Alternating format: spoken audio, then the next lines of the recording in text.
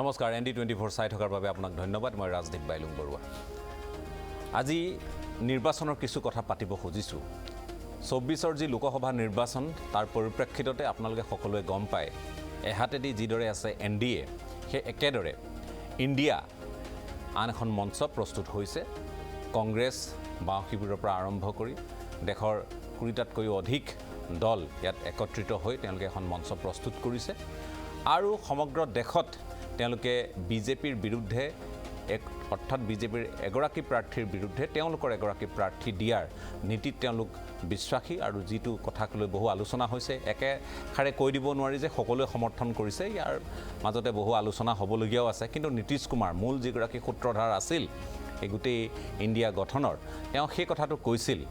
যে যদিহে বিজেপিৰ এজন প্ৰাৰ্থীৰ বিৰুদ্ধে আমি এজন বিৰোধীৰ প্ৰাৰ্থী দিব পাৰোঁ তেতিয়াহ'লে বিৰোধী জয় অৱশ্যম্ভাৱী এই কথাখিনি কৈছিল আৰু সেই সূত্ৰেই আপোনালোকে সকলোৱে জানে প্ৰথম পাটনাত বৈঠক অনুষ্ঠিত হৈছিল পাটনাৰ পাছত বেংগালুৰুত বৈঠক অনুষ্ঠিত হৈছিল বেংগালুৰুৰ পাছত মুম্বাইত বৈঠক অনুষ্ঠিত হৈছিল 31 আগষ্ট আৰু 1 ছেপ্টেম্বৰত এই 1 ছেপ্টেম্বৰৰ পাছত অক্টোবৰ এতিয়া নৱেম্বৰ এই সময়খিনিত ছেপ্টেম্বৰ মাহটো গ'ল অক্টোবৰ মাহটো গ'ল নৱেম্বৰৰ এই দিনকেইটাৰ ভিতৰত ইণ্ডিয়াৰ এই অংশীদাৰী দলসমূহৰ বা তেওঁলোকৰ যি এখন মূল সমন্বয় সমিতি তেওঁলোকৰ গঠন কৰি দিয়া হৈছিল আৰু 4খন তেওঁলোকৰ আন সমিতি সৰ্বমুঠ 5খন সমিতি যি গঠন কৰি দিয়া হৈছিল তেওঁলোকৰ বিশেষ বৈঠক অনুষ্ঠিত হোৱা নাই সাহমেল ধৰণৰ কিছু বৈঠক অনুষ্ঠিত হৈছে যিবোৰ কথা উচ্চাৰিত হৈছে কিন্তু আজি এই অনুষ্ঠানৰ আৰম্ভণিতে আমি আপোনালোকক জনাই থওঁ যে NDAত কি হৈছে কোন আগবাঢ়ি আছে বা ইণ্ডিয়াত কি হৈছে বা তেওঁলোকে কি নীতি অৱলম্বন কৰিছে সেইখিনিহে তাৰে কিছু খবৰহে তুলনাত্মকভাৱে আমি আপোনালোকক দিব খুজিছোঁ আৰু এই বিষয়টোৰ ওপৰত আমি ৰাজনৈতিক অভিজ্ঞতাইনো কি কয় সেই কথাখিনি অকণমান জানিব খুজিছোঁ গতিকে ইয়াত সকলো দিশ সন্নিৱিষ্ট হৈ থাকিব আমাৰ সৈতে আজি এই বিষয়টোত নিজৰ মতামত আগবঢ়াবলৈ কেইবাগৰাকীও আলোচক আছে আমি পৰিচয় কৰাই দিব খুজিছোঁ স্বাগতম জনাইছোঁ জ্যেষ্ঠ সাংবাদিক সুশান্ত তালুকদাৰ ডাঙৰীয়া আমাৰ সৈতে বিজেপিৰ হৈ বিধায়ক মানৱ ডেকা ডাঙৰীয়া তেখেত লখিমপুৰৰ পৰা সংযুক্ত হৈছে আপোনাকো স্বাগতম জনাইছোঁ আমাৰ সৈতে আছে তৃণমূল কংগ্ৰেছৰ মিডিয়া গোটৰ অধ্যক্ষ দিলীপ শৰ্মা ডাঙৰীয়া আপোনাকো স্বাগতম কংগ্ৰেছৰ হৈ মুখপাত্ৰ বিদিশা নেওগ আমাৰ মাজত আজি উপস্থিত আছে আৰু দিল্লীৰ পৰা এগৰাকী জ্যেষ্ঠ সাংবাদিক তথা ৰাজনৈতিক বিশ্লেষক প্ৰেম কুমাৰ ডাঙৰীয়া আমাৰ সৈতে সংযুক্ত হ'ব কিছু সময়ৰ পাছতে আমি তেখেত আহিলে তেখেতৰ কাষলৈ যাম ইণ্ডিয়াত সকলো ঠিকে থাকে নাই নেকি কিয় এই প্ৰশ্নসমূহ উত্থাপন হৈছে তাৰ আৰম্ভণিতে আপোনালোকক মই যদি সম্ভৱ হয় নেশ্যনেল কনফাৰেন্সৰ আৰু উমৰ আব্দুল্লাৰ এটা মন্তব্য দেখুৱাই ল'ব খুজিছোঁ তেওঁ কি দেখিছে তেওঁলোকো এটা অন্যতম অংশীদাৰ তেওঁলোকেনো কি দেখিছে দেখুৱাই লওঁ इंडिया अलायंस की थोड़ी हालत पतली है थोड़े अंदरूनी झगड़े जो हैं वो देखने को मिल रहे हैं जो शायद नहीं होने चाहिए खासकर इन 4-5 रियासतों में जहां इलेक्शन हो रहे हैं पिछले दिनों जिस तरह समाजवादी पार्टी और कांग्रेस के दरमियान एक लड़ाई सामने आई और दोनों कहने लगे कि हम यूपी में तमाम सीटों पर लड़ेंगे ये इंडिया अलायंस के लिए अच्छी बात नहीं है शायद इन स्टेट इलेक्शंस के बाद हमारी दोबारा मुलाकात होगी बैठ के कोशिश करेंगे कि अच्छे से मिलके ইয়াৰ পাছত যিগৰাকী মূল সূত্ৰধাৰ নীতিশ কুমাৰ বিহাৰৰ মুখ্যমন্ত্ৰী তেওঁ অলপতে কি ক'লে সেইখিনি দেখুৱাৰ প্ৰয়োজন আছে বুলি আমি অনুভৱ কৰিছোঁ তেওঁ এটা কথা কৈছে যে এই নিৰ্বাচনত কংগ্ৰেছৰ ব্যস্ততা আৰু এই ব্যস্ততাই ইণ্ডিয়াক ক্ষতিগ্ৰস্ত কৰিছে তাত কোনো সন্দেহ নাই যথেষ্ট জুখি মাখি কথাখিনি কৈছে কি কৈছে দেখুৱাই ল'ব খুজিছোঁ Indian national developmental inclusive alliance का गठन किया गया इसका नामकरण किया गया है अभी तो हो ही गया तेजी से हो लेकिन अभी तो काम ज्यादा नहीं हो रहा अभी 5 जगह विधानसभा का चुनाव है तो ये कांग्रेस पार्टी तो उसी में ज्यादा इंटरेस्टेड है तो अभी तो जिसको हम लोग कांग्रेस पार्टी को आगे बढ़ाने के लिए हम लोग सब एकजुट होकर काम कर रहे थे लेकिन अभी उनको कोई इस सब चीज की चिंता है नहीं अभी तो लगे हुए हैं 5 राज्य के चुनाव इसलिए 5 राज्य का चुनाव होगा उसके बाद अपने सबको बुलावेंगे आजकल कभी कोई चर्चा नहीं দুগৰাকী জ্যেষ্ঠ ৰাজনীতিক বুলিয়ে কৈছোঁ তেওঁলোকৰ কথাখিনি আমি শুনিছোঁ ইণ্ডিয়াৰ অন্যতম অংশীদাৰ এগৰাকী মূল সূত্ৰধাৰ অখিলেশ সিং যাদৱে যিখিনি কৈছে সেইখিনিও আমি যদি সম্ভৱ হয় দেখুৱাবলৈ চেষ্টা কৰোঁ তাৰপিছত আলোচনাৰ পাতনি মেলিবলৈ ভাল হ'ব অখিলেশ সিং যাদৱে কি কৈছে देखिए अगर मुझे पता होता कि गठबंधन प्रदेश स्तर पे नहीं है तो मैं समाजवादी पार्टी के नेताओं को दिग्विजय सिंह जी के पास नहीं भेजता। अगर मुझे ये पता होता कि समाजवादी पार्टी को प्रदेश स्तर पे गठबंधन नहीं कर रहे हैं मैं कमलनाथ जी के पास अपनी पार्टी के लोगों को नहीं भेजता। और मुझे ये भरोसा होता कि कांग्रेस पार्टी के लोग धोखा देंगे तो मैं उनकी बात पे भरोसा नहीं करता। मुझे बताया गया कि 6 सीटों पर आपके लिए सोचा गया है विचार किया गया है और उस पर तय करेंगे। सिटिंग एमएलए की जगह आप सीट दे दोगे आप और उम्मीद करोगे कि मैं आपके बारे में सच बोलूं। अगर ये मुझे पहले दिन पता होता कि विधानसभा स्तर पर कोई गठबंधन नहीं है इंडिया का तो हम उसमें कभी मिलने नहीं जाती हमारी पार्टी के लोग न अपनी हम सूची देते कांग्रेस के लोगों को न कांग्रेस के लोगों का फोन उठाते। लेकिन अगर उन्होंने ये बात कही है कि गठबंधन नहीं है तो हम स्वीकार करते हैं गठबंधन नहीं है। और गठबंधन अगर केवल उत्तर प्रदेश में केंद्र के लिए होगा तो उस समय विचार किया जाएगा और जैसा व्यवहार होगा समाजवादी पार्टी के साथ वैसा ही व्यवहार उनको देखने। ঠিক আছে ইয়াতে এইখিনি কথা হৈছে মই গতিকে এই মুহূৰ্তত আমাৰ সৈতে কেইবাগৰাকীও যদিও আছে ৰাজনীতিকো আছে তিনিগৰাকী ৰাজনীতিক সংযুক্ত হৈ আছে মই ৰাজনীতিকসকলৰ কাষলৈ যোৱাৰ পূৰ্বে আমাৰ মাজত উপস্থিত থকা জ্যেষ্ঠ সাংবাদিক সুশান্ত তালুকদাৰ ডাঙৰীয়া আপোনাৰ কাষলৈ আহিব খুজিছোঁ বহুতে ভাবিছিল যে ইণ্ডিয়া মই এতিয়াও কোৱা নাই যে ইয়াতে শেষ কিন্তু কথাটো হ'ল এই কথাখিনি এতিয়া যিবোৰ হৈ আছে ইণ্ডিয়াৰ কাৰণে ঠিক হোৱা নাই যেন এটা অনুমান হৈছে আৰু কংগ্ৰেছে যি ধৰণৰ তেওঁলোকৰ ভূমিকা এটা পালন কৰিব লাগিছিল আজি অসমত ঠিকই আছে বাৰু কিন্তু সৰ্বভাৰতীয় স্তৰৰ কথাখিনি আমি কৈছোঁ সৰ্বভাৰতীয় স্তৰত কথাখিনি বৰ এটা ভাল হৈ থকা নাই যেন অনুমান হৈছে ঘটক দলসমূহৰ মাজত এনেধৰণৰ কথা বতৰা যেতিয়া প্ৰাধান্য পাব এনেধৰণৰ চৰ্চা যেতিয়া বৃদ্ধি পাব স্বাভাৱিকতে শাসক পক্ষই ইয়াৰ সুযোগ ল'ব আৰু লৈছেও ল'বও গতিকে মই আপোনাৰ কাষলৈ আহিছোঁ আপোনাৰ পৰ্যবেক্ষণে কি কয় মোৰ ধাৰণা মতে কংগ্ৰেছে এই গোটেই কামখিনি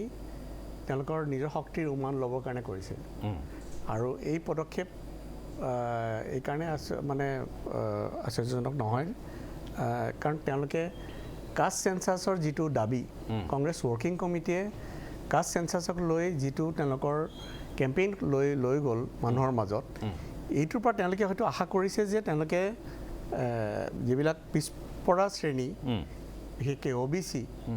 এই ভোটখিনি তেওঁলোকে ল'বলৈ সক্ষম হ'ব এইটো এটা তেওঁলোকৰ হয়তো ধাৰণা এটা গঢ় লৈ উঠিছে আৰু এতিয়া যিটো চিট আসন লৈ যিটো মানে ভাগ বতৰা লৈ যিটো মানে সংঘাত হৈছে বিশেষকৈ সমাজবাদী পাৰ্টিৰ লগত অখিলেশ যাদৱৰ লগত যিটো মধ্যপ্ৰদেশৰ কংগ্ৰেছৰ কাৰণে এই ৰাজ্যকেইখন মধ্যপ্ৰদেশ বা বাকী 5খন যিখন ৰাজ্য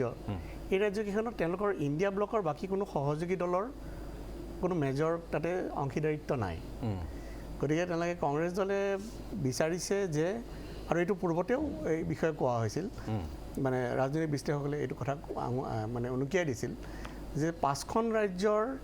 নিৰ্বাচনৰ পাছতহে কংগ্ৰেছ আসনক লৈ কথা বতৰা লোকসভাৰ আসনক লৈ কথা বতৰাত ইচ্ছুক কাৰণ সেইটো কৰিবলৈ নগ'লে নোৱাৰিলে তেওঁলোকে হয়তো বেছি আসন এই আন দলবিলাক হয়তো দিব লগা হ'ব পাৰে গতিকে এইটো তেওঁলোকে জানি বুজিয়ে তেওঁলোকে এইটো অলপ মানে এভইড কৰি চলিছে আৰু বিশেষকৈ তেওঁলোকৰ কাৰণে এই 5খন ৰাজ্য যি 5খন ৰাজ্যৰ পৰা 83খন লোকসভাৰ আসন আৰু তাতে বিজেপি দলে যোৱা 2019 চনত 65খন আসন লাভ কৰিছে আৰু গতিকে কংগ্ৰেছ দলে নিজৰ যদি অৱস্থান এই ৰাজ্যকেইখনত সুদৃঢ় কৰিবলৈ সক্ষম নহয় তেওঁলোকে হয়তো তেতিয়া পৰৱৰ্তী সময়ত ইণ্ডিয়া ব্লক হিচাপৰ নেতৃত্বত থকাটোৰ এটা তেওঁলোকৰ কাৰণে অসুবিধাজনক হ'ব বুলি ভাবিছে গতিকে সেইকাৰণে তেওঁলোকে মোৰ ধাৰণা এইটো কৌশলী স্থিতি তেওঁলোকে এভইড কৰিছে পিছুৱাই লৈ গৈ আছে লাহে লাহে আৰু মানে নিৰ্বাচনৰ পাছলৈকে আৰু কিন্তু এটা কথা হয়তো কংগ্ৰেছে ভাবিছে যে যিহেতু বিজেপিৰ বিৰুদ্ধে ঐক্যবদ্ধ হোৱাৰ বাবে বাকী দলবিলাকৰ আৰু কোনো গত্যন্তৰ নাই এছেম্বলি শিবিৰত এছেম্বলি নিৰ্বাচনৰ ক্ষেত্ৰত হয়তো সেইটো একেই হৈ নাথাকিব আৰু তেওঁলোকৰ সৰ্বভাৰতীয় প্ৰেক্ষাপটত যিটো ঐক্য মানে গঢ় লৈ উঠিব সেইটো ৰাজ্যসমূহত যে এই জটিলতাবিলাক আহিব সেইটো মানে ইণ্ডিয়া ব্লক গঠন কৰাৰ সময়তে ওলাই যেনেকৈ কেৰেলাত এইটো স্পষ্টকৈ উল্লেখ কৰিছিলে CPM আৰু CPMৰ পক্ষৰ পৰাই যিটো ষ্টেট লেভেলত এইটো মানে আলোচনাবিলাক হ'ব কাৰণ এতিয়া মানে নিৰ্বাচনী ভাগ বতৰাবিলাক এনেকুৱা খুব সৰলৰৈখিক নহয় যিটো তেওঁলোকে এটা যিটো ভাবিছে যে একোজনকৈ কেণ্ডিডেট এটা এখন আসনত দিব সেইটো বহুতো সময়ত তেওঁলোকৰ কাৰণে বুমেৰাং হ'ব পাৰে কাৰণ ভোট শ্বেয়াৰটো পাৰ্টিবিলাক লগ লাগিলে যে ভোট শ্বেয়াৰটো মানে ট্ৰান্সফাৰ হ'ব সেইটো সেনেকুৱা কথা নহয় সেনেকুৱা সকলো ঠাইতে নহয় যদি কেৰেলাত যদি CPM আৰু যদি কংগ্ৰেছ যদি লগ লাগে তেওঁলোকে যদি গোটেইখিনি মানে বুজাবুজিৰ আসন কণ্টেষ্ট কৰে তেতিয়া BJP তাতে এটা প্ৰধান বিৰোধী দল হ'ব গতিকে মানুহে অল্টাৰনেটিভ বিচাৰিবলৈ হ'লে যদি CPMৰ বিৰুদ্ধে অল্টাৰনেটিভ বিচাৰে তেতিয়াহ'লে BJPক বিচাৰিব কংগ্ৰেছক নহয় গতিকে সেইটো ক্ষেত্ৰত বহু সময়ত হয়তো মৰ্চা যিখিনি দল সংযুক্ত হৈছে তেওঁলোকে ৰাজ্যভিত্তিক তেওঁলোকে বেলেগ তেওঁলোকে এটা সমীকৰণ হ'ব পাৰে আৰু কৌশল অৱলম্বন কৰিব লাগিব আৰু সেই কৌশল অৱলম্বন নকৰিলে তেওঁলোকে যদি কেৱল একমাত্ৰ BJP বিৰুদ্ধে একোটা আসনত যদি এনেকৈ সকলো ক্ষেত্ৰত সকলো ৰাজ্যতে তেতিয়াহ'লে এই অংকটো মানে সমীকৰণ তেওঁলোকৰ নিমিলিব আৰু সি হয়তো BJP সহায়ক হ'ব পাৰে কিন্তু এই মুহূৰ্তত কংগ্ৰেছে যিটো ভাবিছে যে কাষ্ট চেঞ্চাছ লৈ যিটো জনসাধাৰণৰ মাজত তেওঁলোকে এটা মানে বতৰালৈ গৈছে আৰু তেওঁলোকে ভাবিছে যে তেওঁলোকে যিটো মানে ৰেছপন্স পাইছে এইটোক লৈ সিয়ে অকল BJP দলকে তেওঁলোক ব্যতিব্যস্ত কৰা নাই সি সমাজবাদী পাৰ্টি বা বিহাৰত নীতিশ কুমাৰৰ দল কাৰণ এই ভোট শ্বেয়াৰটো একেই গতিকে যদি এই 5 ৰাজ্যত এই কাষ্ট চেঞ্চাছৰ এটা ডাঙৰ ভূমিকা থাকে এইটো যদি কংগ্ৰেছে আশা ধৰণে তেওঁলোকে ফলাফল লাভ কৰে আৰু তাৰ যদি পায় তেতিয়াহ'লে তেওঁলোকে এই বিহাৰ বা উত্তৰ প্ৰদেশতো তেওঁলোকে এইটোক লৈ তেওঁলোকৰ ফালৰ পৰা আসনৰ মানে ভাগ বতৰাৰ সময়ত এটা মানে হেঁচা দিব সমাজবাদী পাৰ্টি বা RJD বা JDUৰ লগত এইটো কংগ্ৰেছ থিংক টেংকৰে এটা মানে এইটো এটা পৰিকল্পনা এটা কৌশলী স্থিতি এটা তেওঁলোকে লৈছে কিন্তু কৌশলী স্থিতি লওঁতে মই এটা কথা ক'বই লাগিব সেইটো আপোনাৰো অনুভৱ হৈছে নিশ্চয় যে আজি নীতিশ কুমাৰে অকণমান তেওঁৰ ধৈৰ্যচ্যুতি ঘটা যেন এটা অনুমান এটা হৈছে তেওঁৰ কথা বতৰাৰ পৰা তেওঁ বৰ ভাল পোৱা নাই কথাখিনি একেধৰণে অখিলেশ সিং যাদৱেও ভাল পোৱা নাই আজি অখিলেশ সিং যাদৱে যিখিনি কথা ক'লে তাৰ লগতে মই আজি এটা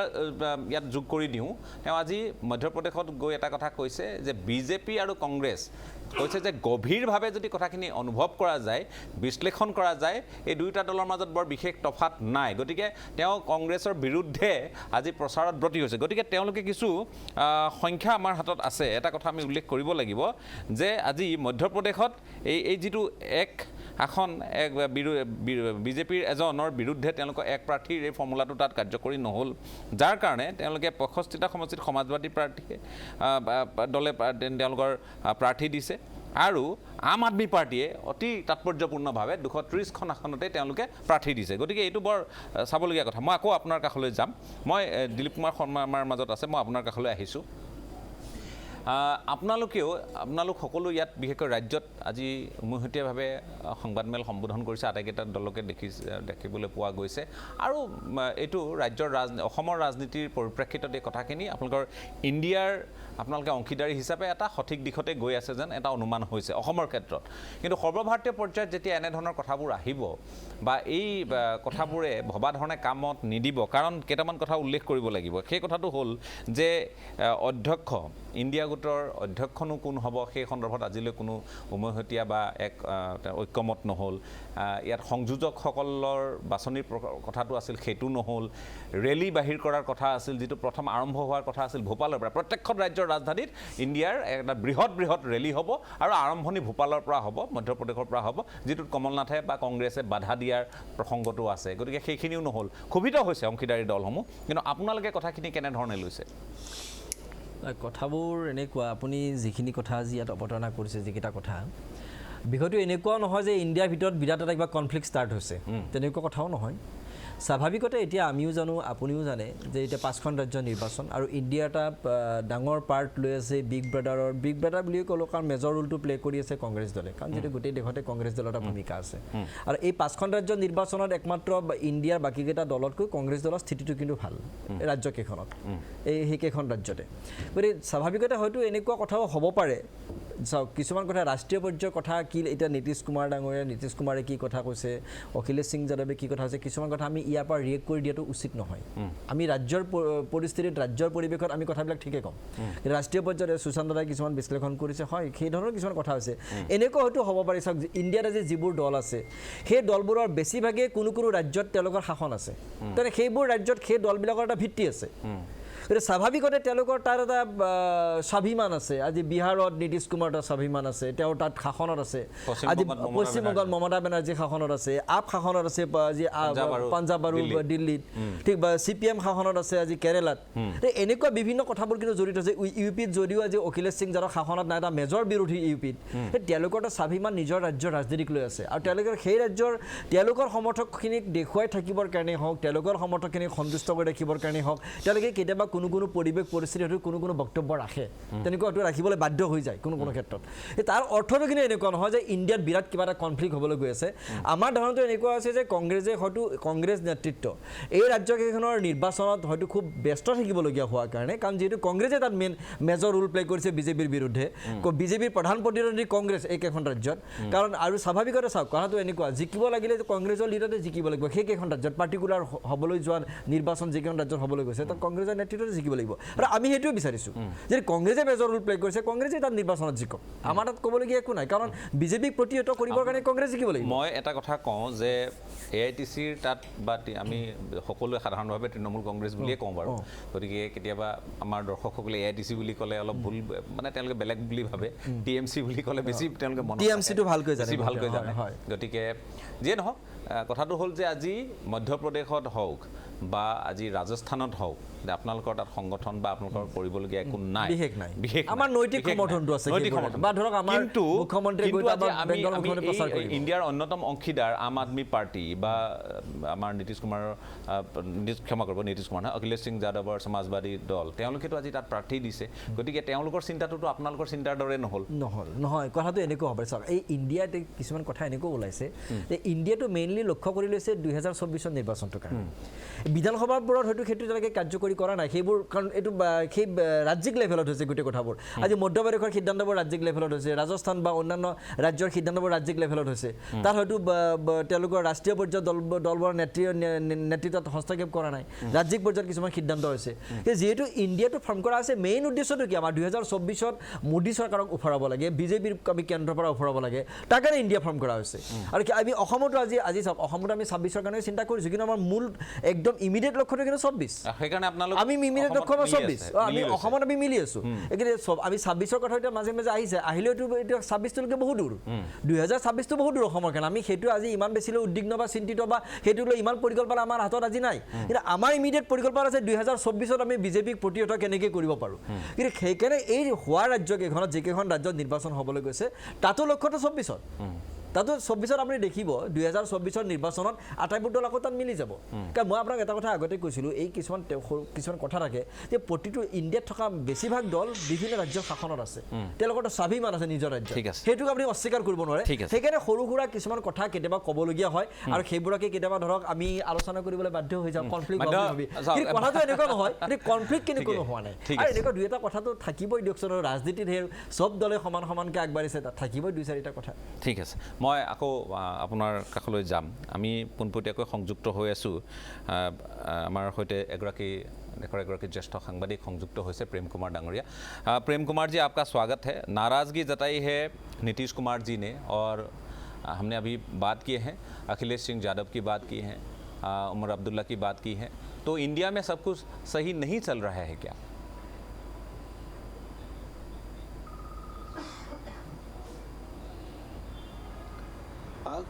देखिए, इंडिया गठबंधन जो बना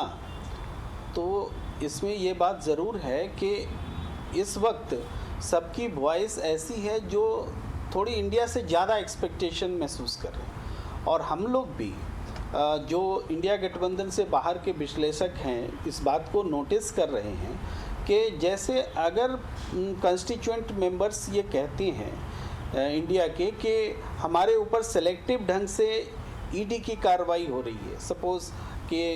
अरविंद केजरीवाल पर, या राजस्थान में वैभव गहलोत और गोविंद डोटासरा पर, या छत्तीसगढ़ में भूपेश बघेल के करीबी लोगों पर। तो इसको लेकर के इंडिया गठबंधन एक कॉमन प्रेस कॉन्फ्रेंस करने तक के भी सिचुएशन में नहीं है। तो ये एक कमी है। तो लेकिन मेन बात क्या, जिसको हम लोग डिफरेंसेस बोल रहे हैं, वहाँ ये भी देखने की ज़रूरत है कि क्या नीतीश कुमार कुछ बोल रहे हैं तो इस गठबंधन से हटने का इरादा लेकर बोल रहे हैं, या कि उनमें बेचैनी है कि जो चीज़ें वो चाह रहे हैं वो नहीं हो पा रही। जैसे अखिलेश यादव जी ने जो नाराज़गी दिखलाई, अखिलेश यादव जी के पास ऑप्शन था, वो इंडिया गठबंधन से हटने का भी ऐलान कर सकते थे, लेकिन राहुल गांधी ने उनसे बात की, उन्होंने राहुल गांधी से बात की और कहा कि सब कुछ ठीक है। इसका मतलब है कि सब कुछ जो नहीं ठीक है दिख रहा है, उसको ठीक करने की बेचैनी है। इस गठबंधन से भागने की बेचैनी हम नहीं देख रहे हैं, इस गठबंधन मजबूत बनाने देख रहे हैं। इसी के तहत नीतीश कुमार की भी आवाज़ है, इसी के तहत अखिलेश यादव की भी आवाज़ है। तो इस हिसाब से कांग्रेस को छोड़ करके बाकी सब बेचैन हैं। कांग्रेस इसलिए बेचैन नहीं है क्योंकि उसका फोकस 5 स्टेट्स का इलेक्शन है। कांग्रेस अगर इससे डी फोकस होती है तो इंडिया गठबंधन में उसकी वॉइस कमज़ोर हो जाएगी। इसलिए कांग्रेस सोचती है कि इस समय को थोड़ा पास कर लिया जाए, जो दिक्कतें हैं इसको हम बाद में सलट लेंगे। अगर कांग्रेस ने इन 5 राज्यों में अच्छा परफॉर्म किया तो वाकई वो इन दिक्कतों को सलट लेगी, लेकिन अगर कांग्रेस ने अच्छा परफॉर्म नहीं किया तो दिक्कत और बढ़ने वाली है। तब इंडिया गठबंधन को जोड़ कर रखना ज़्यादा मुश्किल हो जाएगा। जी, समय तो बहुत कम है। मान लीजिए कि चुनाव खत्म होगा, वो दिन आएगा, फिर से ये लोग बैठेंगे, आपस में बातचीत करेंगे, कहाँ पे सीटों की बंटवारा है, कहाँ पे कैसे करना है, उन चीज़ों को लेके बैठेंगे। तो तब तक समय नहीं ज़्यादा जाएगा क्या? ऐसा नहीं, मतलब ये मान के चलिए कि दिसंबर में जब रिजल्ट सामने आएगा, उसके बाद दिसंबर हो गया, जनवरी हो गया, फरवरी, मार्च तक तो ये सब खत्म करना होगा उससे पहले।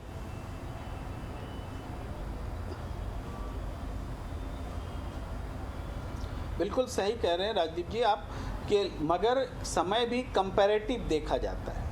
हम क्या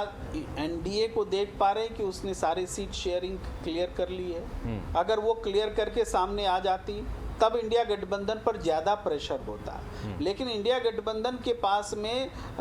चूँकि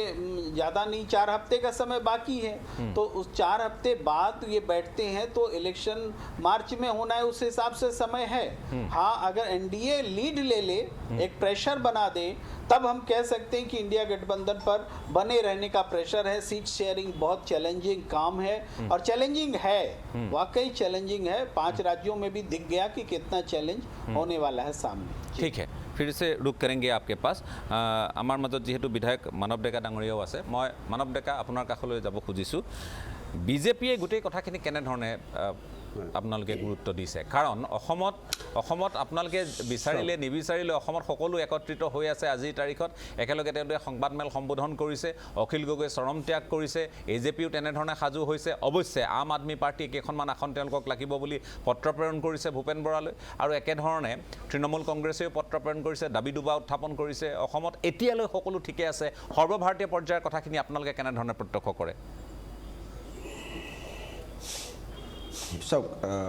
গোটেই ৰাজনৈতিক প্ৰেক্ষাপটত যদি চাই, এই যিটো এলায়েন্স হৈছে এইটো আনহলি এলায়েন্স। এটা ইকো হৈছে মোৰ খুব, হয়, এটা হলি এলায়েন্স থাকে, এটা আনহলি এলায়েন্স থাকে। এই দলবিলাকে কিয় একত্ৰিত হৈছে? কৈছে যে মোদীক শাসনৰ পৰা আঁতৰাব লাগে, বিজেপিক শাসনৰ পৰা আঁতৰাব লাগে। তাৰমানে মোদীৰ পৰা ক্ষমতাটো আমি পাব লাগে, ক্ষমতাৰ খকত তেওঁলোকে একলগ হৈছে। কিন্তু আপুনি যদি হিষ্টৰিকেলি চাই, এই এলায়েন্সত থকা যিমান দল আছে সকলো দল কংগ্ৰেছৰ বিৰুদ্ধে জন্ম হোৱা দল। কিন্তু যিমান দল আছে এই দলবিলাকে ইতিহাস চাওক, সদায় কংগ্ৰেছৰ বিৰুদ্ধে এই দলবিলাকৰ গঠন হৈছিলে। আৰু ভাৰতীয় প্ৰেক্ষাপটত যেতিয়া চাব, এই দলবিলাক নিজৰ নিজৰ ৰাজ্যত বা নিজৰ নিজৰ অঞ্চলত স্থিতি থকা দল। তেওঁলোকে ইলেকশ্যনত হেৰুৱাবলগীয়াও আছে, পাবলগীয়াও আছে। এটা কেনেকৈ আপুনি এডজাষ্ট কৰিব? এতিয়া আপুনি ইউপিত এফৰ্ড কৰিব পাৰিব নেকি মানে অখিলেশ যাদৱে ছিটবিলাক নে কংগ্ৰেছে পাৰিব কিন্তু প্ৰত্যেকখন ষ্টেটত মাইক্ৰ' লেভেলত বহুত প্ৰব্লেম আছে কাৰণ ইয়াতে যিবিলাক কৰ্মী দলৰ কাৰ্যকৰ্তা কৰ্মী আছে সেইবিলাকৰ মাজত আপুনি এলায়েন্সটো কেনেকৈ কৰাব তেওঁলোকেতো গ্ৰাউণ্ডত সদায় ফাইট কৰি আছে এইটোৰ লগত গতিকে এনেও ভাঙিব আৰু তাৰ উপৰিও সন্মুখত থকা যিটো ইলেকশ্যন আছে আমাৰ 5 ৰাজ্যত তাত শোচনীয়ভাৱে পৰাজয় হ'ব কংগ্ৰেছ হোৱাৰ লগে লগে এই দলবিলাকে দেখিব যে কংগ্ৰেছৰ লগত আমি দুবাৰ যাত্ৰাত নাই গতিকে তেওঁলোকেও এই এলায়েন্সটো নাথাকিবগে আৰু তাৰ উমান তেওঁলোকে পাইছে নেকি তাৰ উমান তেওঁলোকে পাইছে বুলি আপুনি অনুভৱ কৰে তেওঁলোকৰ কথা বতৰাত নীতিশ কুমাৰৰ কথা বতৰাত অখিলেশ সিং যাদৱৰ কথা বতৰাত মই অনুভৱ কৰোঁ হয় মই অনুভৱ কৰোঁ আৰু অসমৰ প্ৰেক্ষাপটত যে আপুনি কৈছে অসমৰ প্ৰেক্ষাপটত ঘটনাটো হ'ল যে একো অসুবিধা নাপায় আপুনি কাৰণ অসমত এই কংগ্ৰেছক বাদ দি বাকী দলকেইটা পাবলগীয়া একো নাই হেৰুৱাবলগীয়া একো নাই কাৰণ এইকেইটাটো ক্লাব হয় গতিকে সেইকাৰণে অসমত আপুনি দেখাত ভাল লাগিব কিন্তু ইলেকশ্যনত তাৰ একো এফেক্ট নপৰে ঠিক আছে মই আকৌ আপোনাৰ কাষলৈ যাম এতিয়া কংগ্ৰেছৰ মুখপাত্ৰগৰাকীৰ কাষলৈ যাব খুজিছোঁ বিদিশা নেওগ আপুনি আনুষ্ঠানিকভাৱে যিহেতু আজি প্ৰতিনিধিত্ব কৰিছে গতিকে মই আপোনাৰ কাষলৈ আহিছোঁ যে কংগ্ৰেছৰ এই স্থিতিক লৈ প্ৰশ্নবোৰ উত্থাপন হৈছে অসমতো হয়তো লাহে লাহে উত্থাপন হ'ব নহ'বও পাৰে নহ'লে আপোনালোকৰ কাৰণে ভাল হ'লে আপোনালোকৰ কাৰণে বেয়া কিন্তু সৰ্বভাৰতীয় স্তৰত হৈছে গোটেই কথাখিনিক আপোনালোকৰ দলৰ নেতৃত্বই কিদৰে লৈছে চাওক আমি মাননীয় নীতিশ কুমাৰ ডাঙৰীয়া যাক আমি আৰ্কিটেক্সাৰ বুলি কওঁ ইণ্ডিয়াৰ আমি মিডিয়াৰ যোগেদি গম পাইছোঁ তেখেতে কিবা এটা কথা কৈছে প্ৰত্যেকজন মানুহৰে আপুনি ঘৰ এখনতে চাব আমাৰ মনৰ মিল থাকিলেও কেতিয়াবা মতৰ মিল নাথাকে এনেকুৱা হয় আৰু 2 নম্বৰ কথা প্ৰত্যেকজন মানুহৰ যেনেকৈ আমি পাৰ্সপেক্টিভ নিজৰ কনচাৰ্ণটো ৰাখাটো প্ৰত্যেকজন তেখেতলোক এজন ডাঙৰ লিডাৰ তেখেতৰ নিজৰ পাৰ্সপেক্টিভক কথা এটা কোৱাটো বা তেখেতে ইণ্ডিয়াক লৈ কনচাৰ্ণ সেই কথাটো তেওঁলোকে জনাইছে একচুৱেলি আমি যদি তেওঁলোকৰ কথাবোৰ শুনো আপুনি নীতিশ কুমাৰ ডাঙৰীয়াৰ সম্পূৰ্ণ ভিডিঅ'টো যদি চাই তেখেতৰ ফালৰ পৰা এটা কনচাৰ্ণ দিছে যে মানে ইণ্ডিয়াই 5খন ৰাজ্যৰ যিটো ইলেকশ্যন তাত গুৰুত্ব দিছে কিন্তু এতিয়া চাওক বিজেপিয়ে আজি দেশখনত যিটো অৱস্থা কৰিছে ইণ্ডিয়াৰ যিবোৰ টিমৰ যিবোৰ নেতৃত্ব আছে তেওঁলোকৰ ওপৰত ইডি লগাইছে CBI লগাইছে কিবা কৰিছে এনেকৈ এটা বৃহৎ যিটো আমাৰ 5 ৰাজ্যৰ ইলেকশ্যন চলি আছে এটা কাম কোনে কৰিব কংগ্ৰেছে ডেফিনেটলি যিটো আপোনালোকে সকলোৱে জানে যে নেতৃত্ব লৈ আছে নেতৃত্ব লৈ থকা দল এটাই 5খন ৰাজ্যৰ নিৰ্বাচনত ডেফিনেটলি গুৰুত্ব দিব লাগিব এতিয়া বিহাৰত ইলেকশ্যন হোৱা নাই তেখেতৰ পাৰ্সপেক্টিভটো অকণমান বেলেগ ধৰণে গৈছে সেইটো তেখেতৰ কনচাৰ্ণ বুলি আপুনি ক'ব পাৰে এইটোৱে এনেকৈ ইট ডাজন্ট মিন কি ইয়াতে কনফ্লিক্ট আছে কিবা আছে আৰু আপুনি যদি গোটেই ভিডিঅ'টো আমি চাওঁ তেতিয়াহ'লে কিন্তু তেওঁ সেই কথাটো কোৱাৰ পিছত আৰু কেইটামান কথা কৈছে প্ৰথম কৈছে যে আমি ইলেকশ্যনৰ পিছত আমি সকলোৱে বহিম তাৰ পিছত আমি কথা পাতিম 2 নম্বৰতে কৈছে বিজেপিয়ে যিটো ৰাজ্যৰ বিভিন্ন দল সংগঠন জাতি জনজাতিৰ মাজত ধৰ্ম হিন্দু মুছলিম কৰি যিধৰণে ঘৃণাৰ ৰাজনীতি বিয়পাইছে সেই ৰাজনীতিৰ সেইবিলাক কথাৰ এগেইনষ্টত গৈ পেলাই আমি কিদৰে ইণ্ডিয়াক আমি ভালদৰে ৰাখিব পাৰোঁ সেই কথাখিনিও কিন্তু নীতিশ কুমাৰ ডাঙৰীয়াই কৈছে এতিয়া মেইন ষ্ট্ৰীম মিডিয়া অকণমান কিবা এটা কাটি পেলাই দেখুওৱা যেন আমাৰ অনুভৱ হয় গোটেই ভাষণটো যদি আমি চাওঁ তেতিয়াহ'লে আমি কিন্তু বেলেগ কথা কিছুমান দেখিম এতিয়া মানুহজনে প্ৰতি মনটো ধানটোৱে প্ৰতি কণটো আমি সকলোৱে জানো তেওঁলোক ইমান সৰ্বস্তৰীয় তেওঁলোকে পেন ইণ্ডিয়াক তেওঁলোকে এখন ধৰক আমাৰ যিটো ইণ্ডিয়া গঠন হৈছে এই গঠনত তেওঁলোকৰ এটা প্ৰত্যেকখন ৰাজ্যতে তেওঁলোকৰ এটা দপদপনি আছে তেওঁলোকে এটা সাংঘাতিক দলীয় তেওঁলোকে নেতৃত্ব দি আছে দলক তো তেখেতলোকৰ কনচাৰ্ণ থকাটো জানো ইমান ডাঙৰ কথা বুলি ভাবিব পাৰি আৰু চাওক আমি যিবিলাক কথা ভাবি আছোঁ এতিয়া যে নীতিশ কুমাৰ ডাঙৰীয়া এনেকৈ ক'লে অখিলেশ যাদৱজীয়ে এনেকৈ ক'লে আমাৰ কথা হ'ল আমি এগ্ৰেছিভলি 5খন ৰাজ্যৰ ইলেকশ্যনত লাগি আছোঁ আৰু কংগ্ৰেছে সেই ক্ষেত্ৰত বিগ ব্ৰাদাৰ হিচাপে সেইটো ৰোল ল'বই লাগিব মই আপোনাক এটা কথাই কওঁ যে আপুনি বেলেগৰ কথাখিনি বেলেগ কথা, ৰাষ্ট্ৰীয় স্তৰৰ সংবাদ মাধ্যমৰ কথাটো বেলেগ, আমি কেনেধৰণে পাতিছোঁ প্ৰথম কথা। দ্বিতীয় কথাটো হ'ল যে আজি আমি কৈছোঁৱেই যে আপোনালোকে এইখিনি অসমত সঠিকভাৱে গৈ আছে, সঠিকভাৱে গৈ থাকিলে আপোনালোকৰ কাৰণে ভাল, নহ'লে আপোনালোকৰ কাৰণে বেয়া, এইটো প্ৰত্যাহ্বান আহিব। কিন্তু কথাটো হৈছে আজি আপুনি নিজেই কৈছে যে নীতিশ কুমাৰ তেওঁ এগৰাকী যথেষ্ট অভিজ্ঞ আৰু জ্যেষ্ঠ নেতা, আপুনি তেওঁকতো আৰ্কিটেক্ট বুলি ক'লে। এতিয়া একেধৰণে আজি অখিলেশ সিং যাদৱক আমি নুই কৰিব নোৱাৰা এগৰাকী নেতা, গতিকে এই নুই কৰিব নোৱাৰা নেতাসকলে যেতিয়া কথাবোৰ ক'ব, ওমৰ আব্দুল্লাৰ দৰে ব্যক্তিয়ে যেতিয়া কথাবোৰ ক'ব, অসন্তুষ্টি যেতিয়া আহিব, মমতা বেনাৰ্জী শিবিৰৰ পৰা কিছু কথাক লৈ অসন্তুষ্টি আহিব, কংগ্ৰেছ বাওঁজোঁটৰ তেওঁলোকৰ সেই জোটবন্ধনক লৈ অসন্তুষ্টিত তেওঁ যেতিয়া ব্যক্ত কৰিব, ইণ্ডিয়াৰ মঞ্চত যেতিয়া ব্যক্ত কৰিব, এই কথাবোৰ পাতিবলগীয়া কথা। এই কথাবোৰ জনতাই ভোটাৰে গম পাব লাগিব যে কাৰ কেনেধৰণৰ সমীকৰণ চলি আছে। সেইটোৱে কৈছোঁ, ইণ্ডিয়াৰ পাৰ্চপেক্টিভত যদি চাবলৈ যোৱা হয়, ইমান তাৰমানে ডাঙৰ ডাঙৰ লিডাৰ আছে, তেওঁলোকৰ মানে এটা পাৰ্চপেক্টিভ আছে, পাৰ্চপেক্টিভৰ এগেইনষ্টত তেওঁলোকে এটা কনচাৰ্ণ দেখাইছে। কনচাৰ্ণ দেখুৱাটো তেওঁলোকে ইণ্ডিয়াৰ কাৰণে যে সদ্ভাৱ আছে, তেওঁলোকৰো ইচ্ছা আছে, তেওঁলোকে ইণ্ডিয়াক লৈ বেলেগ বেলেগ ধৰণে কথাবিলাক ভাবে, তাৰে এটা সাধাৰণ অংশ, ক্ৰিয়ড অংশ মাত্ৰ তেওঁলোকে মাত্ৰ কৈ দিছে। পাছৰ কথাখিনি কিন্তু কোনেও চোৱা নাই। তেওঁলোক ইণ্ডিয়াত আছে, তেওঁলোকে থাকিব, আৰু এই কথাখিনি এই যিটো ইলেকশ্যন 5 ৰাজ্যৰ ইলেকশ্যন যেতিয়া হৈ যাব, শেষত আমি সকলোৱে বহি আমি যিমানখিনি গম পাওঁ দলীয় নেতৃত্বৰ পৰা যে তেওঁলোকে বহি কথা পাতিব, তাৰপিছত এই কথাবিলাক ডিচাইড হ'ব। এই সৰু সৰু কথাই ইণ্ডিয়া গঠবন্ধনক কেতিয়াও প্ৰভাৱিত কৰিব। ডাঙৰ ডাঙৰ মানুহৰ মুখত সৰু সৰু ডাঙৰ ডাঙৰ মানুহে তেওঁলোকে কনচাৰ্ণ, মই I am telling you, concern তেওঁলোকে নিজৰ পাৰ্চপেক্টিভ দিছে। পাৰ্চপেক্টিভ দিয়াটো একো ভুল কথা নহয়। আৰু বিহাৰত যিহেতু ইলেকশ্যন হোৱা নাই, তেওঁলোকে প্ৰশ্নবোৰ ক'ত উত্থাপন হয়, মই আকৌ আপোনাৰ কাষলৈ যাম, আপোনাৰ কথাখিনি মই আকৌ আপুনি ইয়াত সংযোগ কৰিবলৈ ক'ব পাৰিম। হয়, মই এটা বিৰতি ল'ব লাগিব। চমুকৈ কওক, এটা বিৰতি ল'ম। দাদা,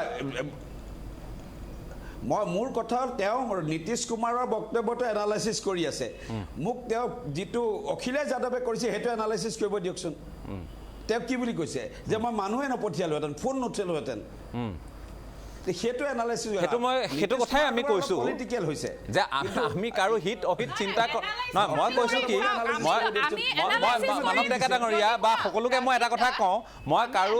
মই ব্যক্তিগতভাৱে এগৰাকী সাংবাদিক হিচাপে মই ইণ্ডিয়াৰ হিত অহিত বা মই NDAৰ হিত অহিত মই বিচৰা নিবিচৰা প্ৰসংগটো নাহে। প্ৰসংগটো আহিব জনতাই কিদৰে লয়, আৰু প্ৰসংগটো আহিব নেতাসকলে কি কথা পাতিছে, আমি সেইখিনিহে বিশ্লেষণ কৰিছোঁ। হয়, এতিয়া কথাটো মই বাইদেউক সুধিছোঁ,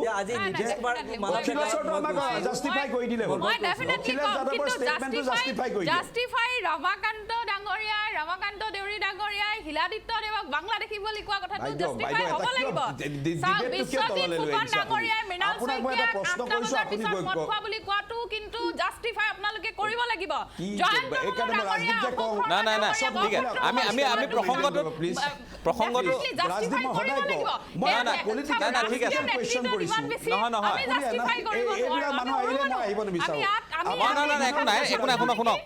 আমি প্ৰসংগটো এইবোৰ ৰাজনীতিত থাকিলে কিছু প্ৰশ্ন আহে, সোঁৱে বাৱে কিছু প্ৰশ্ন আহে। আপোনাক অখিলেশ সিং যাদৱৰ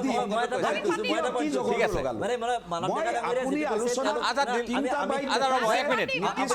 নাই মই আলোচনা আগবঢ়াই নিবলৈ সুবিধা হোৱাৰ অৰ্থে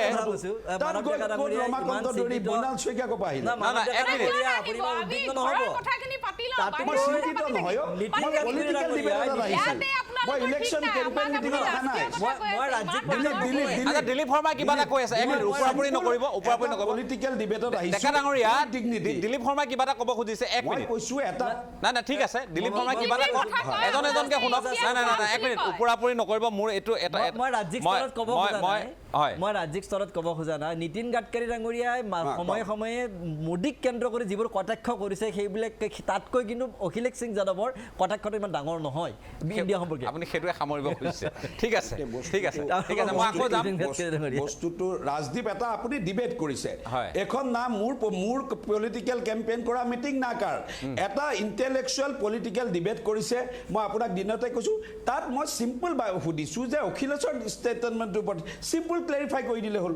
যে নহয় এইটো তেওঁ এই কাৰণে কৈছে বা এই কাৰণে কৈছে, হৈ গ'ল। সেই সময়তে মেটাৰ এণ্ডছ এট ডেট পইণ্ট। হয়, ঠিক আছে, মই আকৌ যাম আপোনালোকৰ কাষলৈ। ঠিকে আছে, মই সেইটোতে সীমাবদ্ধ ঐক্যবদ্ধ থকাটো ময়ো বিচাৰোঁ, কাৰণ আমি এটা বিষয়ক লৈ কথা পাতি আছোঁ, বাহিৰলৈ ওলাই গ'লে আৰু নতুন নতুন দিশ সংযোজন হৈ গৈ থাকিব। এতিয়া হয়, এইটো জিকা হৰা প্ৰশ্ন নাই, আমি কৈছোঁ যে এই কথাবোৰ কিয় আহিছে না, কেইটামান প্ৰশ্ন আহিব নাই বুলি ক'ব নোৱাৰে, এইটো এটা ডিগনিটিৰ কথা। কিন্তু ইণ্ডিয়া গঠবন্ধনক আপুনি ক্লাব বুলি কৈছে, আপুনি এনেকে বাইদেউ কেতিয়া ক'লো মই ইণ্ডিয়া ক্লাব বুলি? আপুনি অলপ আগতে আপোনাৰ তেওঁ অসমৰ অংশীদাৰী দল কেইটামানক কৈছে যে নহওক, সেইটো তেওঁলোকে নাই নহয় বাইদেউ, জাতীয় পৰিষদ ইণ্ডিয়াত নাই নহয় বাইদেউ, ৰাইজৰ দল ইণ্ডিয়াত নাই নহয় বাইদেউ, আপোনালোকে ক্লাব বনাই দিলে। আপুনি ক'ব নোৱাৰে। ঠিক আছে, মই মূল বিষয়টোত থাকোঁ। মাতা নাই মিটিঙত? না মূল বিষয়টোত থাকোঁ, মই সকলোকে কৈছোঁ অন্য বিতৰ্ক হ'ব নালাগে, মূল বিষয়টোত থাকোঁ, ভাল লাগিব। মানুহে মূল বিষয়টোৱে চাব খুজিব যে কিয় ভূপালৰ পৰা আৰম্ভ হ'বলগীয়া ৰেলীটো আৰম্ভ নহ'ল। আমি কোৱা নাই যে ইণ্ডিয়াই ভুল কৰি আছে, সামগ্ৰিকভাৱে ভুল কৰি আছে, কিন্তু ইণ্ডিয়াকোতো মানুহে বিচাৰিছে হয়তো, কাৰণ আমি জানো যে কিমান শতাংশ ভোট লৈ এখন চৰকাৰ হয়তো তাৰ যিসকল সেই শতাংশৰ বাহিৰত থাকে তেওঁলোকেতো এটা বিচাৰে যে উমৈহতীয়াভাৱে কোনোবা আহক, শক্তিশালী বিৰোধী আহক, তেওঁলোকক আমি শাসনত বহুৱাই চাওঁ। এনেধৰণে তেওঁলোকৰ ভবাৰ অধিকাৰ আছে আৰু সেইটো তেওঁলোকে ভাবে, আৰু শাসক পক্ষই ভাবে যে এইখিনি মানুহক লৈ আমি আকৌ কিদৰে চৰকাৰ কৰিব পাৰোঁ। গতিকে প্ৰশ্ন দুই ফালৰ পৰাই আহিব, দুই ফালৰ পৰাই বিশ্লেষণ হ'ব, দুই ফালৰ পৰাই সমালোচনা হ'ব। বিৰতিৰ পাছত পুনৰ আহি আছোঁ।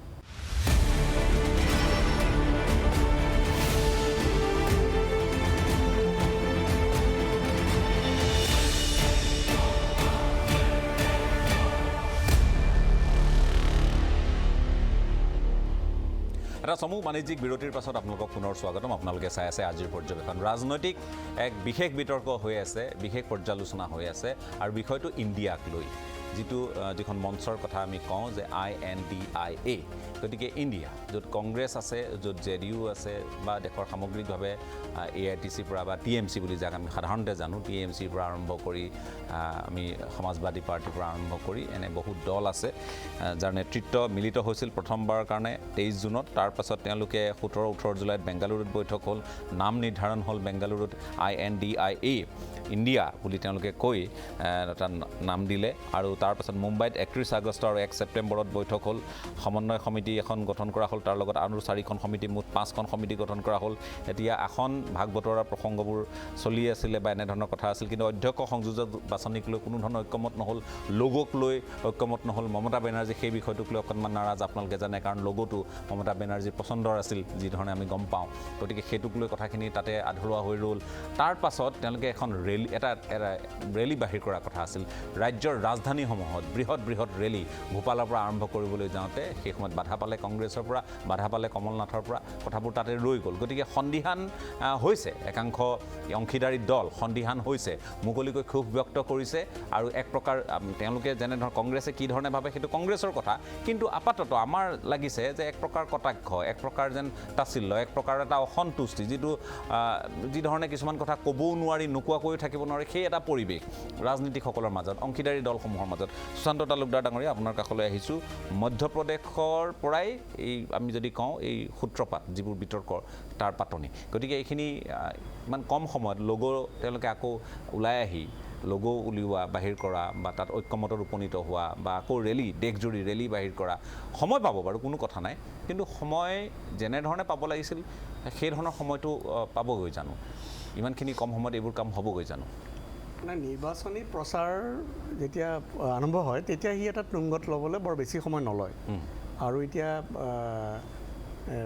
টেকন'লজি এপ্লিকেশ্যনৰ যিটো হোৱাটছআপ বা ছ'চিয়েল মিডিয়া, আন বিভিন্ন ছ'চিয়েল মিডিয়া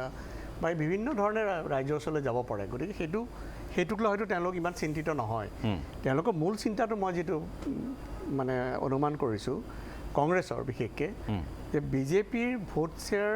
এই OBC সকলৰ লৈ, OBCৰ লৈ বিজেপিৰ যিটো মানে সংগঠনৰ আৰু সমৰ্থন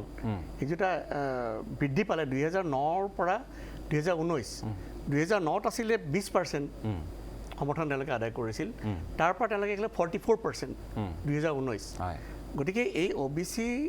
সমৰ্থন যদি বিজেপিৰ পক্ষৰ পৰা তেওঁলোকে কংগ্ৰেছ দলে বা ইণ্ডিয়া যদি তেওঁলোকে আনিবলৈ সক্ষম নহয়, তেতিয়াহ'লে মোদীক আঁতৰাটো সম্ভৱ নহয়। সেইকাৰণে কাষ্ট ইকনমিক চেঞ্চাছত কংগ্ৰেছে আগতে যিটো দ্বিধাগ্ৰস্ততা আছিল সেই দ্বিধাগ্ৰস্ততা আঁতৰাই তেওঁলোকে এইটো সম্পূৰ্ণ সেইটোৰ কিন্তু প্ৰথম তলাচাবি নীতিশ কুমাৰে খুলিছে সেইকাৰণে আৰু গতিকে নীতিশ কুমাৰে যেতিয়া খুলিলে আৰু কংগ্ৰেছে এইবাৰ অনুমান কৰিলে যে তেওঁলোকে আগৰ দৰে সেই নিদাগস্থাত নাথাকি এইটো সম্পূৰ্ণভাৱে তেওঁলোকে ৰাজনৈতিকভাৱে ব্যৱহাৰ কৰিলে গতিকে ৰাজনৈতিকভাৱে ব্যৱহাৰৰ কাৰণে তেওঁলোকে আটাইতকৈ মানে তেওঁলোকে দেখিলে যে 5খন ৰাজ্যৰ নিৰ্বাচন আছে নিৰ্বাচনতে তেওঁলোকে এই বিষয়টোৱে কিমানখিনি প্ৰাধান্য পাব তাৰ এটা অনুমান লোৱাৰ এটা তেওঁলোকৰ কাৰণে সুবিধা আহি পৰিল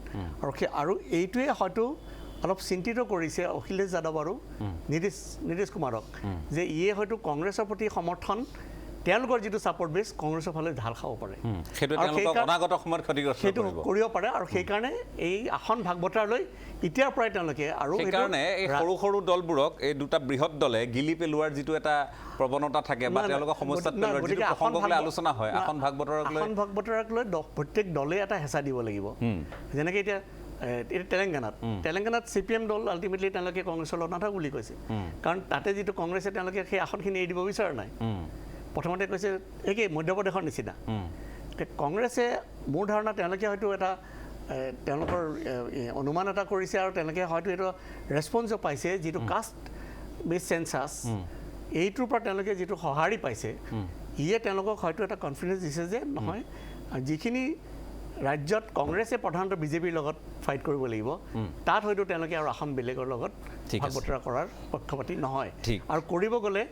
তেওঁলোকৰ হয়তো দলটো মানে ক্ষতিগ্ৰস্ত হ'ব পাৰে আৰু সেই এটা কৌশলী এটা স্থিতি লৈয়ে এইখিনি পাৰ কৰাৰ তেওঁলোকে কিন্তু এইটোও নহয় যে তাৰ কাৰণে কংগ্ৰেছী দলে যদি তেওঁলোকে আকৌ এই ধৰণে যদি ভাবিবলৈ লয় যে নহয় আমি এই এটা ডাঙৰ সমৰ্থন আমি আদায় কৰিলোঁ গতিকে এতিয়া আমি বাকীবোৰতো একেধৰণে আমি সমৰ্থন আদায় কৰিবলৈ সক্ষম হ'ম সেইটো নহয় সেইটো হয়তো তেওঁলোকে কংগ্ৰেছে এই মুহূৰ্তলৈকে সেই ভাৱটো দেখুওৱা নাই কিন্তু এই চিত্ৰখন একদম পৰিষ্কাৰ হ'ব 2 ডিচেম্বৰ যেতিয়া মানে ফলাফলবোৰ আহিব তাৰ পাছৰ বৈঠকসমূহত কি স্থিতি লয় সেইটোহে আমি ঠিক আছে মই আহিম আপোনালোকৰ মাজলৈ আপুনি এইখিনি কথা ক'লে মই বাকীসকলৰ কাষলৈও যাম তাৰ পূৰ্বে আৰু এটা চমু বাণিজ্যিক বিৰতি লৈ লৈছোঁ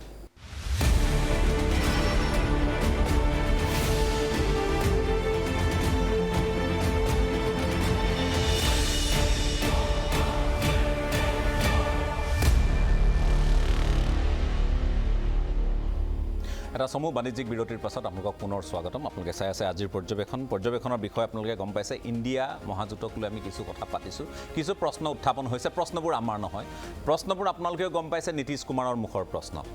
বা তেওঁলোকে কোৱা ধৰণে তেওঁলোকে এই বিষয়টোক লৈ উদ্বিগ্নতা প্ৰকাশ কৰিছে সেইকাৰণে এনেধৰণৰ প্ৰশ্ন এনেধৰণৰ কথাসমূহ কৈছে প্ৰশ্নসমূহ অখিলেশ সিং যাদৱৰ মুখৰ পৰা আহিছে প্ৰশ্নসমূহ আহিছে ওমৰ আব্দুল্লাৰ মুখৰ পৰা প্ৰশ্নসমূহ একেধৰণে আন শিবিৰসমূহৰ পৰাও আহি আছে আমি মাত্ৰ কেইটামান উদাহৰণ দিলোঁ আৰু এই উদাহৰণকেইটাই যথেষ্ট যে বিষয়টো এতিয়া আলোচনাৰ অন্যতম মূল বিষয়বস্তু হিচাপে পৰিগণিত হৈছে য'ত প্ৰত্যাহ্বান জনোৱাৰ কথা আছিল বিজেপিক যে এজন বিজেপিৰ প্ৰাৰ্থীৰ বিৰুদ্ধে দেশজুৰি বিৰোধীয়ে উমৈহতীয়াভাৱে মাত্ৰ এজনক দিব আৰু তেওঁ জিকি আহিব আৰু এইটো তেওঁলোকৰ অংকই গণিতে কয় গতিকে তেনেধৰণে কথাবোৰ হ'ব বুলি ভাবি থকা সময়ত এই কথাবোৰ এতিয়া তাপ মাৰিছে কিয় সেইকাৰণেহে প্ৰশ্নবোৰ উত্থাপন হৈছে মই আকৌ এবাৰ প্ৰেম কুমাৰ ডাঙৰীয়াৰ কাষলৈ যাব খুজিছোঁ प्रेम कुमार जी कहीं ना कहीं ये सवाल सबके सामने है जैसे कि जो रैली बाहर करना था मध्य प्रदेश में कमलनाथ जी ने जिसके ऊपर अपनी सहमति नहीं जताई जिसके बाद वो रैली वहीं पे ठप हो गया बाकी राज्यों में राजधानियों में जो रैली बाहर निकलना था वो भी नहीं हो पा रहा है आज के डेट में लोगों उनका अभी सहमति नहीं है आपसे सहमति उसमें नहीं है जैसे कि कौन होगा अध्यक्ष संयोजक के बारे में बातचीत चल रहा था उसमें भी सहमति नहीं है तो ये सब बहुत सारे काम उनको करना है और बहुत कम समय में करना है इसलिए सवाल बार बार उठ रहा है कि अखिलेश सिंह यादव के मन में जो सवाल है जो प्रश्न उमर अब्दुल्ला के मन में है जहन में है वो सब चीज़ें शायद लगता है कि वो आने वाले दिनों में कांग्रेस के लिए थोड़ा चैलेंजिंग होगा तो आपको इस मुद्दे पे क्या कहना है कैसे देखते हैं बिल्कुल मुंबई बैठक के बाद कांग्रेस से ये एक्सपेक्टेशन थी कि वो इन सवालों को हल करते कि संयोजक कौन होगा सीट शेयरिंग पर काम कैसे हो और मुद्दों पर इंडिया गठबंधन का एक वॉइस सामने आए। इस बारे में जो भोपाल में रैली तय हुई थी, उस रैली के रद्द होने में ही ये बात स्पष्ट हुई और तय होती चली गई बिना कहे हुए कि चूँकि गठबंधन नहीं हो पा रहा है, मिलकर चुनाव नहीं लड़ रहे हैं, तो जब चुनाव में एक दूसरे के खिलाफ बोलेंगे तो एक मंच पर राष्ट्रीय स्तर पर बोलने का मतलब उल्टा निकल जाएगा। तो इसलिए कांग्रेस ने इसको टालने की नीति पर अमल किया और इस नीति को डिस्क्लोज भी नहीं किया अपने कंस्टिट्यूएंट मेंबर्स से कि हम ऐसा करने वाले हैं। इसीलिए लोगों को समझने में टाइम लगा और वो फ्रस्ट्रेशन में सामने आया। लेकिन फिर भी हम ये कहेंगे कि नीतीश कुमार जब बोलते हैं तो वो जो बोलते हैं वो वास्तव में वही नहीं होता है, उसके दूसरे मायने होते हैं। क्योंकि नीतीश कुमार जब पॉलिटिकल स्टैंड लेते हैं तो इसकी भनक तो अमित शाह और नरेंद्र मोदी जी को भी नहीं लगी कि कब उनका गठबंधन छोड़ के ये दूसरी तरफ चले गए, या बहुत पहले आरजेडी लालू प्रसाद को भी पता नहीं चला था कि वो छोड़कर एनडीए में चले गए थे। नीतीश कुमार को भांपना इतना आसान नहीं होता है। जब वो कहते हैं कि हम कांग्रेस को बढ़ाना चाहते थे और कांग्रेस तो भागी भागी फिर रही है और 5 राज्यों के चुनाव में व्यस्त है, तो इसका दरअसल छिपा हुआ मतलब मैं जो देख पाता हूँ वो ये है कि कांग्रेस ने तो मुझे कहा था कि आपको आगे बढ़ाएंगे और बोलकर कहाँ भाग गए, हम तो आपका इंतजार कर रहे हैं। ये दरअसल उनका मतलब है। तो ये शिकायत है अभी, लेकिन ये शिकायत कहीं बड़ा ना हो जाए इसकी आशंका है। तो 5 राज्यों के चुनाव पर कांग्रेस बहुत डिपेंड कर रही है इनके नतीजों पर, और कांग्रेस को सबसे ज्यादा उम्मीद है जैसे तेलंगाना में। तेलंगाना 3 प्रदेश में तो कांग्रेस का पिछली बार भी कांग्रेस जीती थी। इन तीनों प्रदेश से बहुत ज्यादा मतलब नहीं लेते, लेकिन अगर तेलंगाना एड ऑन हो जाता है तो इसका मतलब है वोट बैंक हिंदुस्तान का कांग्रेस के प्रति बदल रहा है, ये मैसेज जाएगा। अगर मिजोरम में कुछ पॉजिटिव परिणाम कांग्रेस ले आती है तो इसका मतलब होगा कि मणिपुर की घटना का असर पूर्वोत्तर में पड़ा है। तो कांग्रेस चाहती है कि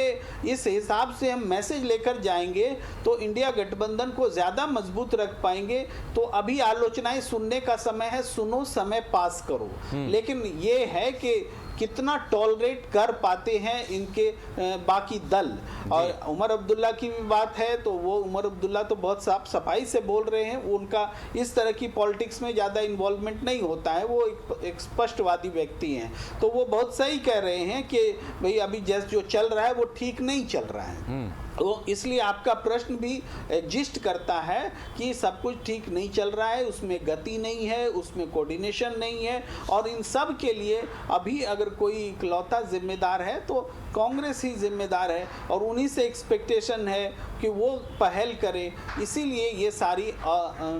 बातें सामने आ रही हैं। जैसे कि आज मध्य प्रदेश की बात करें तो अखिलेश सिंह यादव ने आज फिर बोला कि बीजेपी, गहराई से अगर देखा जाए बीजेपी और कांग्रेस में ज़्यादा इसमें अंतर नहीं है, दोनों समान जैसी पार्टी है और दोनों का नीति जो है और छोटे छोटे जो पार्टियां हैं उनके साथ जो भी रहेंगे उनको तो निगल जाने की कोशिश में हमेशा रहता है। सीट शेयरिंग के बाद भी जब आएगा तब वही सब आलोचनाएं होंगी, तो उसमें थोड़ा जानना चाहेंगे आपसे।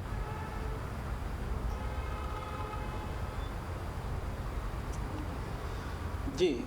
देखिए, हम गठबंधन को गठबंधन के रूप में देखें, ये एक पार्टी नहीं है। गठबंधन का स्वभाव बहुत कुछ आप कुएं से मिलता जुलता है। कुआं आप समझते हैं, कुआं पोरस होता है और पोरसनेस से ही उसमें मीठा जल बनता है। अगर सब जगह पूरा प्लास्टरिंग कर देंगे तो कुआं में पानी कहाँ से आएगा, मीठा पानी कहाँ से आएगा। फिर भी प्लास्टरिंग होती है कि बाहर की गंदगी मिट्टी गिर करके उसमें ना गिरे। तो उस हद तक जो गठबंधन है उसका प्लास्टरिंग तो ज़रूरत है, लेकिन उसमें जो डिफरेंसेस है, उसमें जो पोरस है वो होगा। अखिलेश यादव भी बोलेंगे, अखिलेश यादव की अलग पार्टी है, एंटी बीजेपी एंटी कांग्रेस उनकी पॉलिसी रही है, लेकिन ज़्यादातर समय समाजवादी पार्टी ने कांग्रेस को सरकार बनाने में मदद की की है, ये भी एक इतिहास है, लेकिन उनको डिफरेंस दिखाना है क्योंकि वोट बैंक जो है उसकी शेयरिंग इन दलों की आपस में मिलती जुलती है। जो मुस्लिम वोट्स हैं, जो ओबीसी वोट्स हैं, उसी का हक कांग्रेस भी वहां जताती है, वहीं समाजवादी और आरजेडी और दूसरे तमाम पार्टियां भी। तो ये डिफरेंसेस अगर वो नहीं रखेंगी तब तो ये पार्टियां विलीन हो जाएंगी, एक दूसरे में मिल जाएंगी। इसलिए ये डिफरेंसेस रखते हुए यानी कुएं का स्वभाव लेते हुए इस गठबंधन को वो बचाए रखने की कोशिश करेंगे। लेकिन एक लाइन है कि अगर वो वास्तव में इंडिया गठबंधन नहीं चाहते तो फिर अब कभी भी हटने का ऐलान कर सकते थे। अभी तक तो फॉर्मली गठबंधन बना भी नहीं है। जी ठीक है रुक करेंगे आपके पास আমি আহিব খুজিছোঁ আকৌ এবাৰ দিলীপ শৰ্মা আপোনাৰ কাষলৈ কথাখিনি আজিৰ তাৰিখত হয় যথেষ্ট আগতীয়া কিন্তু যথেষ্ট আগতীয়া হ'লেও কিন্তু সময় উচিত আৰু সময়ত কৰিবলগীয়া কিছু কাম নকৰাকৈ থকাৰ কাৰণেই এই কথাবোৰ আলোচনা হৈছে ৰেলীৰ প্ৰসংগটো কৈছোঁ আজি তেখেতে কৈছে ঠিকে আছে কিন্তু আমি আন এটা দৃষ্টিকোণৰ পৰা যদি চাওঁ মধ্যপ্ৰদেশতে হওক ৰাজস্থানতে হওক এই যদি সমশক্তিৰে ভুল হৈছে শব্দটো সৰ্বোচ্চ শক্তিৰে যদি নামিলেহেঁতেন কথাখিনি অকণমান বেলেগ হ'লহেঁতেন ভূপালৰ পৰা যদি সেইখিনি আৰম্ভ হ'লেহেঁতেন যিয়ে নহওক সকলো এটা ৰাজনৈতিক কৌশল থাকে কিন্তু কংগ্ৰেছে এতিয়াই এৰি দিব খোজা নাই যিটো তালুকদাৰ ডাঙৰীয়াই কৈছে যে এটা তেওঁলোকে নিজকে সম্পৰীক্ষণো কৰিছে যে ইমান বেয়া দিনৰ পাছত তেওঁলোকলৈ ভাল দিন আহিব নেকি কিন্তু সেইখিনিক লৈ বিতত হোৱাৰ আপোনালোকে এতিয়ালৈ প্ৰয়োজন বোধ কৰা নাই কিন্তু নীতিশ কুমাৰে কৰিছে বা অখিলেশ সিং যাদৱে কৰিছে বা ওমৰ আব্দুল্লা বা তেনেধৰণে দুই একে কৰিছে গোটেই বিষয়টোত আপোনালোকে কংগ্ৰেছৰ পৰা কি বিচাৰে মই আপোনাক কৈ দিছোঁ কথা মই আৰম্ভণিতে এটা কথা কৈছিলোঁ যে ইণ্ডিয়াত থকা দলবোৰৰ বেছিভাগেই বিভিন্ন ৰাজ্যৰ শাসনত আছে তেওঁলোকৰ এটা স্বাভিমান আছে নিজৰ স্বাৰ্থত কেতিয়াবা দুই চাৰিটা কথা ক'বলগীয়া হয় কিন্তু মই নাভাবোঁ যে এই যিটো কথা নীতিশ কুমাৰে কি কৈছে অখিলেশ সিং যাদৱে যিবোৰ কথা কৈছে হয়তো ক'ৰবাত অসন্তুষ্টি থাকিব পাৰে আৰু এই গোটেই অসন্তুষ্টিবোৰ আপুনি নিশ্চিত থাকক এই 5খন ৰাজ্যৰ ফলাফলৰ পিছত সকলো শেষ কৰি দিব কাৰণ সকলো জানে ইণ্ডিয়াত থকা দলবোৰে সকলো চিন্তিত যে এই দেশখন শেষ কৰিবলৈ গৈ আছে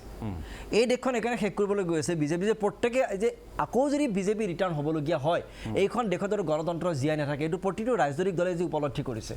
আপোনাক মই দুটা মাত্ৰ তথ্য দিছোঁ 2019 চনৰ পৰা 2023 চনলৈকে 129 গৰাকী বিৰোধী নেতাক CBI আৰু EDয়ে হয় এৰেষ্ট কৰিছে নহয় আপোনাৰ জেৰা কৰিছে বিৰোধী নেতা এই বিজেপি দিনত বিজেপি ইমানে অত্যাচাৰ কৰিছে মানুহক এতিয়া মানে আপোনাৰ সাধাৰণ মানুহে বা অন্য বিৰোধী দলৰ মানুহ তেওঁলোকৰ লক্ষ্য হৈ পৰিছে অথচ আপুনি যদি চাই পূৰ্বৰ ইউপিএ চৰকাৰৰ 10 বছৰ আছিল 10 বছৰত 26 জন ৰাজনৈতিক নেতাক CBI আৰু EDয়ে জেৰা কৰিছিল বা গ্ৰেপ্তাৰ কৰিছিল তাৰ ভিতৰত 14 জনে কিন্তু সেই সময়ৰ বিৰোধী দলৰ আছিল চাব দেই এই যে তথ্যবোৰ যদি আপুনি চাই গতিকে বিজেপি অতি ডেঞ্জাৰাছ এটা বিপদজনক দল দেশৰ কাৰণে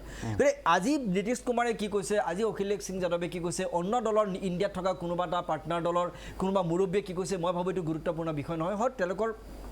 কৰবাত এটা অসন্তুষ্টি আছে কেনে কৈছে কিন্তু এইটোৱে কনফ্লিক্ট নহয় এইকাৰণে কনফ্লিক্ট নহয় যে সকলোৱে চিন্তা কৰিছে যে এই দেশখন আমি শেষ হ'বলৈ এৰি দিব নোৱাৰোঁ সেইকাৰণে 2024 নিৰ্বাচনত দেখিব এই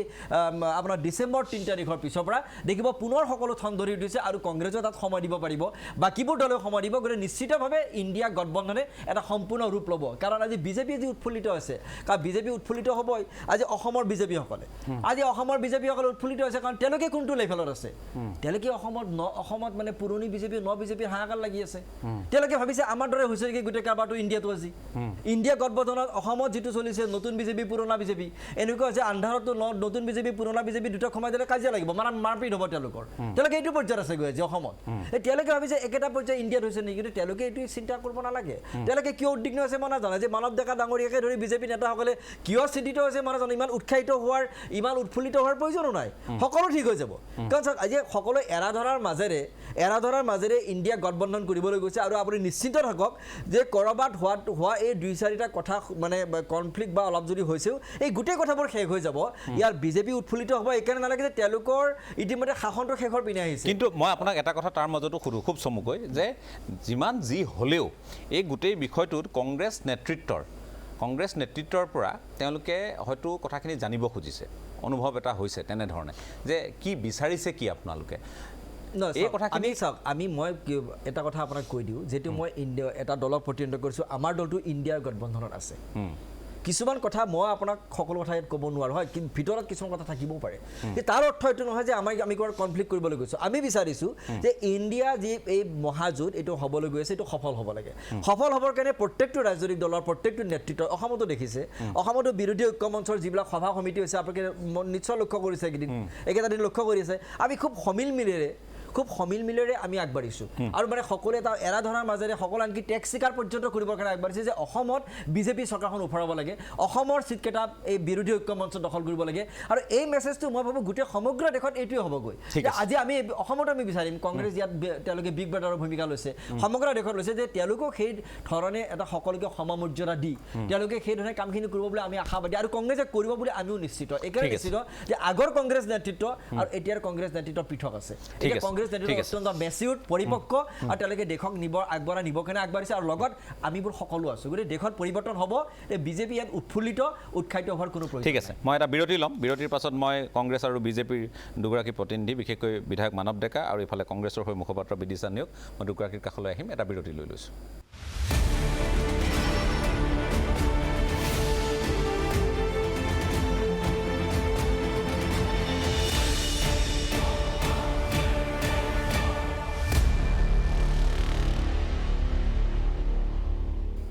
এটা চমু বাণিজ্যিক বিৰতিৰ পাছত আপোনালোকক পুনৰ স্বাগতম। শেষ সংঘলৈ উভতি আহিছোঁ। মানৱ ডেকা ডাঙৰীয়া, আপোনাৰ কাষলৈ যাব খুজিছোঁ, সময় বেছি নাই। তৎসত্বেও এতিয়া আপোনালোকে নিশ্চয় মন কৰিছে যে তেওঁলোকে কথাখিনি, আজি কেইবাটাও দল আছে, তেওঁলোকে উমৈহতীয়াভাৱে প্ৰাৰ্থীৰ যিটো প্ৰাধান্য পোৱাৰ বিষয়টো উল্লেখ পাইছে বাৰম্বাৰ, এতিয়া বুলিয়ে নহয়, অসমত বাৰু তেওঁলোকে ভাবিছে, অংকও তেনেধৰণে হৈ আছে, নাজানো শেষলৈ কি হয়গৈ। কিন্তু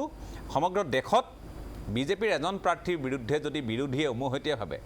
যদি সকলো তেওঁলোকৰ মাজত থকা প্ৰত্যাহ্বান খামখেয়ালি আঁতৰাই তেওঁলোকে সেইটো কৰিবলৈ হয়, আপোনালোক অংকৰ ফালৰ পৰা আপোনালোক কিন্তু প্ৰত্যাহ্বানৰ সন্মুখীন হ'ব, তাত কোনো সন্দেহ নাই। গতিকে বিজেপিয়ে কিমান চিৰিয়াছলি লৈছে বিষয়টো? চাওক গোটেই বস্তুটো হ'ল এনেকুৱা, এতিয়া আপুনি এটা ডিবেটত মাতিছে, এটা ইছ্যু হৈছে, ইণ্ডি এলায়েন্সৰ ফালৰ পৰা কিছুমান কথা বতৰা আছে, তাৰ মন্তব্য বিচাৰিছে। কিন্তু ইণ্ডি এলায়েন্স হয় নহয় তাক লৈ বিজেপি চিন্তিত নহয়। বিজেপি যথেষ্ট প্ৰফেশ্যনেল দল, নিৰ্বাচন কেনেকৈ খেলিব লাগে আমি জানো, জনসাধাৰণৰ মৰম কেনেকৈ আদায় কৰিব লাগে আমি জানো। সেই ধৰণে প্ৰধানমন্ত্ৰীয়ে হওক বা আমাৰ মুখ্যমন্ত্ৰীয়ে হওক কাম কাজবিলাক তেনেকৈ কৰিছে। গতিকে আমি যেনেকৈ এজন প্ৰতিনিধিয়ে কৈছে যে আমি উৎফুল্লিত নহয়, হতাশো নহয়, কাৰণ আপোনালোকে নিজে দেখিছে যে 2014 বিজেপিয়ে যিমান চিট পাইছিলে 19ত তাতকৈ বেছি চিট পাইছে। এতিয়া আমি গৈ আকৌ 24ত তাতকৈ বেছি চিট পাম, আমি কনফিডেণ্ট। কাৰণ মই আগতেই কৈছোঁ যে এইবিলাক আনহলি এলায়েন্স হ'ব নোৱাৰে, ৰিয়েলিটিটি পচিবল নহয়। কিন্তু আমিতো যোৱাবাৰ এলায়েন্স আছিলে নেকি? এলায়েন্স থকা নাথাকিলে আমিতো ইলেকশ্যন খেলিব লাগিব। আৰু বিজেপি ইলেকশ্যন খেলিবৰ প্ৰস্তুত নৰেন্দ্ৰ মোদী ডাঙৰীয়া কি পপুলাৰিটি আছে ভাৰতবৰ্ষত, আপোনালোকে সাংবাদকৰ্মী হিচাপে আপোনালোকে নিজে জানে। আৰু কংগ্ৰেছ দলে আজিয়ে মই এটা দেখিলোঁ ভিডিঅ', ৰাজস্থানৰ মিটিং এখনত ভাষণ দি আছে, এজন নেতাই চিঞৰি কৈছে ইਹਾਂ পে অশোক গেহলট জিন্দাবাদ বলো, সোনিয়া গান্ধী ৰাহুল গান্ধী মুৰ্দাবাদ বলো। মই বুজি নাপালোঁ কিয় ক'লে। গতিকে সেই দলটো কনফিউজ দল। গতিকে এওঁলোকৰ এই মন্তব্যবিলাকৰ ওপৰত আপুনি টকশ্ব'টোক মাতিছে কাৰণে মই এটা আমাৰ পলিটিকেল এনালাইচিছ হৈছে, কিন্তু তেওঁলোকে ইণ্ডিয়া এলায়েন্স হয় নহয় তাত বিজেপিৰ কোনো ফৰক নপৰে। আৰু এটা মই ক্লিয়াৰ কৰিছোঁ, মই কেতিয়াও ইণ্ডিয়া এলায়েন্সক ক্লাবৰ এলায়েন্স বুলি কোৱা নাই, মই কেতিয়াও কোৱা নাই। কিন্তু অসমৰ যিকেইটা দল সেইকেইটা ইণ্ডিয়া এলায়েন্সত নাই নহয়। কংগ্ৰেছে আহি তেওঁলোকক ক্লাবলৈ পৰিৱেশিত কৰিলে, তেওঁলোকক নেমাতিলে নহয়, অখিল গগৈক নেমাতিলে নহয়, আপোনাৰ লুৰিণজ্যোতি গগৈক দুখ প্ৰকাশ কৰা নাছিলে জানো? বহুত বাচ্ছা আছিলে টিকেট চিকেট কাটি যে আমাক মাতিব যাম, গতিকে কোনে ক্লাব লাগে তেওঁলোকক পৰিপ্ৰেক্ষিত কৰিলে? তেওঁলোককতো কংগ্ৰেছেতো তেনেকৈ নেগলেক্ট কৰিলে ন। সেইকাৰণে মই কৈছোঁ যে অসমত এইকাৰণেই খুব ধুনীয়াকৈ চলিব তেওঁলোকৰ কাৰণে, বাকীকেইটা দলৰ পাবলগীয়াও নাই, হেৰুৱাবলগীয়াও নাই। কিন্তু যিটো ইণ্ডিয়া এলায়েন্সত বাকীবিলাক দল আছে এইবিলাকৰ বহুত পাবলগীয়া আছে, হেৰুৱাব লাগে। দ্বিতীয়তে আপুনি আৰু এটা কথা ৰাজদীপ ডাঙৰীয়া চাব, এতিয়া কংগ্ৰেছ আপুনি যেনেকৈ মানুহে প্ৰজেকশ্যন দি আছে সেই পৰ্যায়ৰ দল নহয়। কংগ্ৰেছৰ আসন 52খন আছে ভাৰতবৰ্ষত, আৰু DMKৰ 24খন আছে, মমতা বেনাৰ্জীয়ে 22খন আছে। কংগ্ৰেছ, মমতা বেনাৰ্জী, DMK এইবিলাক সমপৰ্যায়ৰ দল। যদি আপুনি যিটো কৈছে যে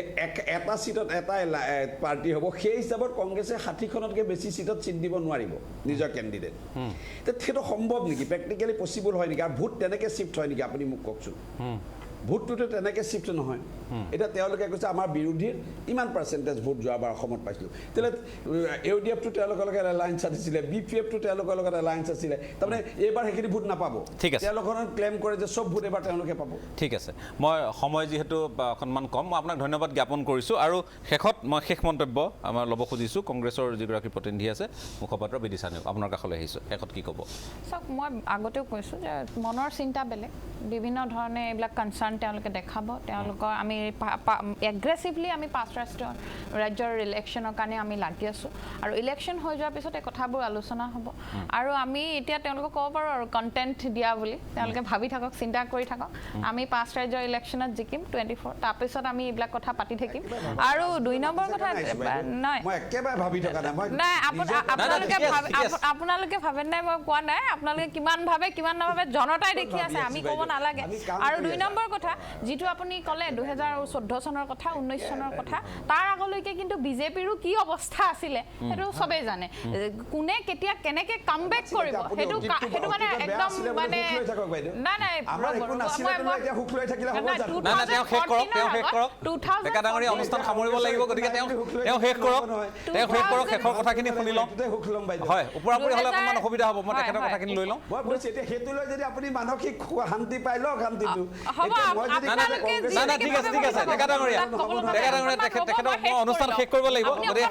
সামৰণিৰ কথাখিনি শুনি লওঁ আপুনি অকণমান ৰ'ব মই কথাখিনি শেষ কৰি লওঁ সামৰণিৰ কথাখিনি শুনি লওঁ হয় তো এতিয়া কথাটো হ'ল বিজেপিৰ যিটো ভ্ৰষ্টাচাৰ যিটো আপুনি ধৰক আজি ৰিচেণ্টলি আমি এইটো নিউজো পালোঁ আধাৰ কাৰ্ডৰ যিটো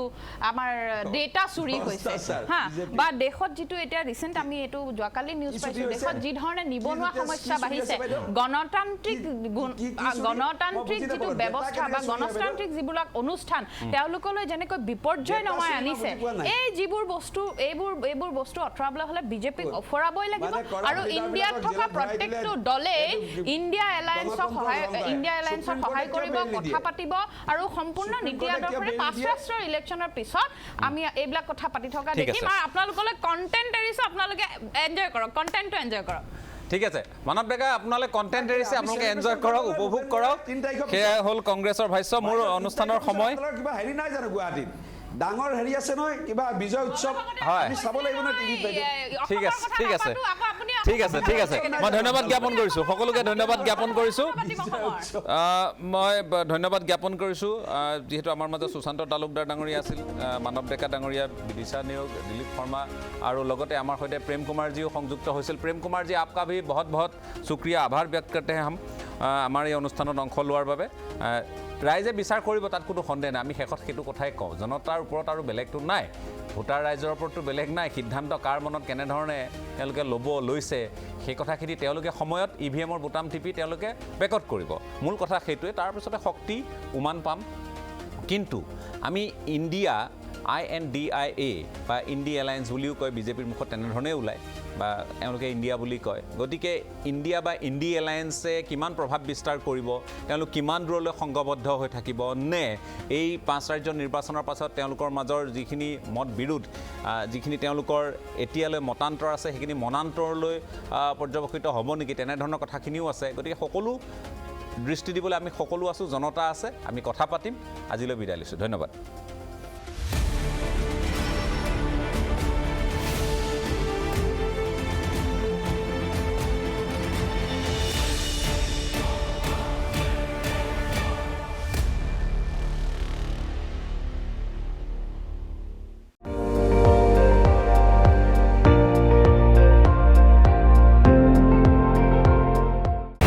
আপুনি চাই আছে ND24 সৰ্বশ্ৰেষ্ঠ নহয় সৰ্বোত্তমৰ দৌৰা